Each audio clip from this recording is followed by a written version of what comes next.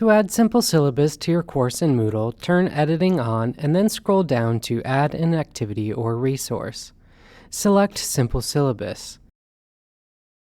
Name your syllabus with something like the course designator or semester. Just naming it syllabus might cause issues with auto-linking, as anytime the word syllabus appears, Moodle will link to this resource. Click Save and Display, and your course syllabus will be visible. In the event that you get an error when you attempt to view the syllabus, this is likely because our admin team has not yet opened the semester syllabi for visibility, so check back closer to the start of the semester.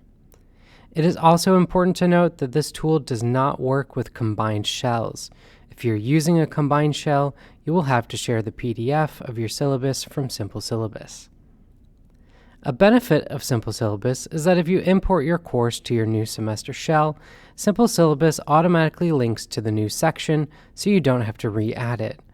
You'll only need to change the name to make sure it reflects the new semester or course designator.